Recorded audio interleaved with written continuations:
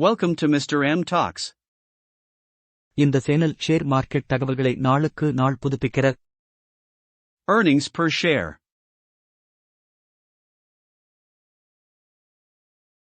earnings per share EPS என்பது பங்குச் சந்தையில் ஒரு பங்கு அடிப்படையில் ஒரு நிறுவனத்தின் லாபத்தை மதிப்பிடுவதற்கு பரவலாக பயன்படுத்தப்படும் ஒரு அடிப்படை நிதி அளவீடு ஆகும்.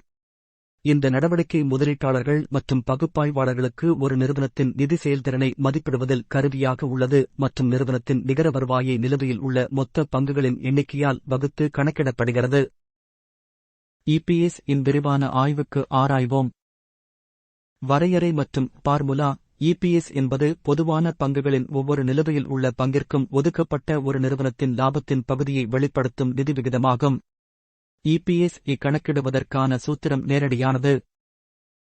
EPS நிகர வருவாய் நிலுவையில் உள்ள பங்குகளின் எண்ணிக்கை. EPS கணக்கீட்டின் கூறுகள். நிகர வருவாய்.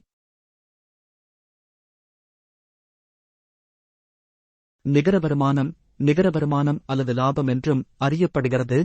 இது ஒரு நிறுவனத்தின் மொத்த வருவாயிலிருந்து அனைத்து செலவுகள், வரிகள் மற்றும் வட்டியை கழித்த பிறகு மீதமுள்ள தொகையை குறிக்கிறது. இது ஒரு நிறுவனத்தின் லாபத்தின் முக்கிய குறிகாட்டியாகும். நிலுவையில் உள்ள பங்குகளின் எண்ணிக்கை. நிலுவையில் உள்ள பங்குகளின் எண்ணிக்கை என்பது நிறுவனத்தால் வழங்கப்பட்ட மற்றும் நிறுவன முதலீட்டாளர்கள் மற்றும் பொது மக்கள் உட்பட பங்குதாரர்கள் வைத்திருக்கும் பங்குகளின் மொத்த அளவு ஆகும். இந்த எண்ணிக்கை EPS கணக்கீட்டில் ஒரு முக்கிய வகுப்பாகும். எடுத்துக்காட்டு விளக்கம். $1 மில்லியன் நிகர வருமானம் மற்றும் 500,000 பங்குகள் நிலுவையில் உள்ள ஒரு கற்பனையான நிறுவனத்தை கவனியுங்கள். EPS இன் கணக்கீடு பின்வருமாறு. EPS equals $1,000,000/500,000 equals $2. இந்த சூழ்நிலையில் ஒரு பங்கின் வருவாய் $2 ஆகும். சராசரியாக நிறுவனத்தின் ஒவ்வொரு பங்கும் ஒட்டுமொத்த லாபத்திற்கு $2 பங்களித்தது என்பதை இது குறிக்கிறது. EPS இன் முக்கியத்துவம். லாபம் காட்டி. EPS என்பது முதலீட்டாளர்களுக்கு ஒரு முக்கியமான அளவீடு ஆகும், ஏனெனில் இது ஒரு பங்கு அடிப்படையில் ஒரு நிறுவனத்தின் லாபத்தைப் பற்றிய நுண்ணறிவுகளை வழங்குகிறது. அதிக EPS பொதுவாக அதிக லாபம் ஈட்டுவதற்கான அறிகுறியாக விளங்குகிறது. ஒப்பீட்டு பகுப்பாய்வு. முதலீட்டாளர்கள் ஒரே தொழில் அல்லது துறையில் உள்ள பல்வேறு நிறுவனங்களின் நிதி செயல்திறனை ஒப்பிட்டுப் பார்க்க EPS பயன்படுத்துகின்றனர். முதலீட்டு வாய்ப்புகளை மதிப்பிடுவதற்கான மதிப்புமிக்க அளவுகோலாக இது செயல்படுகிறது. முதலீட்டாளர் முடிவெடுத்தல்.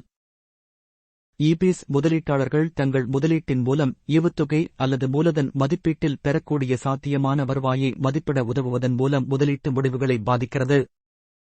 நிறுவனத்தின் ஆரோக்கியம். காலப்போக்கில் அதிகரிக்கும் EPS ஆனது ஒரு ஆரோக்கியமான மற்றும் வளர்ந்து வரும் நிறுவனத்தை குறிக்கலாம். அதேசமயம் EPS குறைந்து வருவது நிறுவனத்தின் நிதி ஆரோக்கியத்தைப் பற்றிய கவலைகளை எழுப்பலாம். பரிசீலனைகள் மற்றும் வரம்புகள். கணக்கியல் முறைகள். வெவ்வேறு கணக்கியல் முறைகள் EPS கணக்கீட்டை பாதிக்கலாம். நிறுவனங்கள் முழுவதும் EPS ஒப்பிடும்போது முதலீட்டாளர்கள் இந்த மாறுபாடுகளை அறிந்திருக்க வேண்டும். நீர்த்தல்.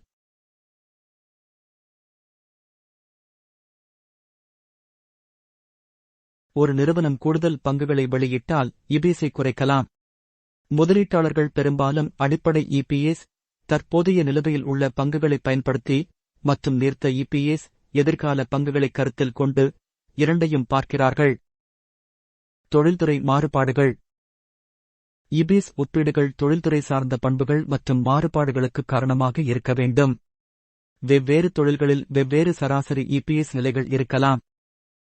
முடிவுரை.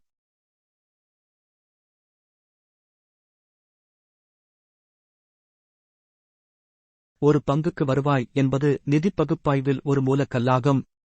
முதலீட்டாளர்கள் மற்றும் ஆய்வாளர்கள் தங்கள் முடிவெடுக்கும் செயல்முறைகளில் EPS இணைத்து முதலீட்டு வாய்ப்புகளை மதிப்பிடுவதற்கும் நிதி ஆரோக்கியத்தை மதிப்பிடுவதற்கும் பங்குச் சந்தையின் மாறும் நிலப்பரப்பில் தகவலறிந்த ஒப்பீடு செய்வதற்கும் ஒரு மதிப்புமிக்க கருவியாக பயன்படுத்துகின்றனர்.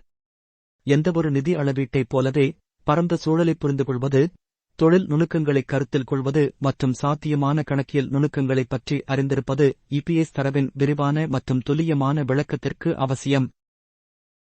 Declaration. தகவல் கல்வி நோக்கத்திற்காக மட்டுமே. எனது சேனலை சப்ஸ்கிரைப் செய்து ஆதரிக்கவும்.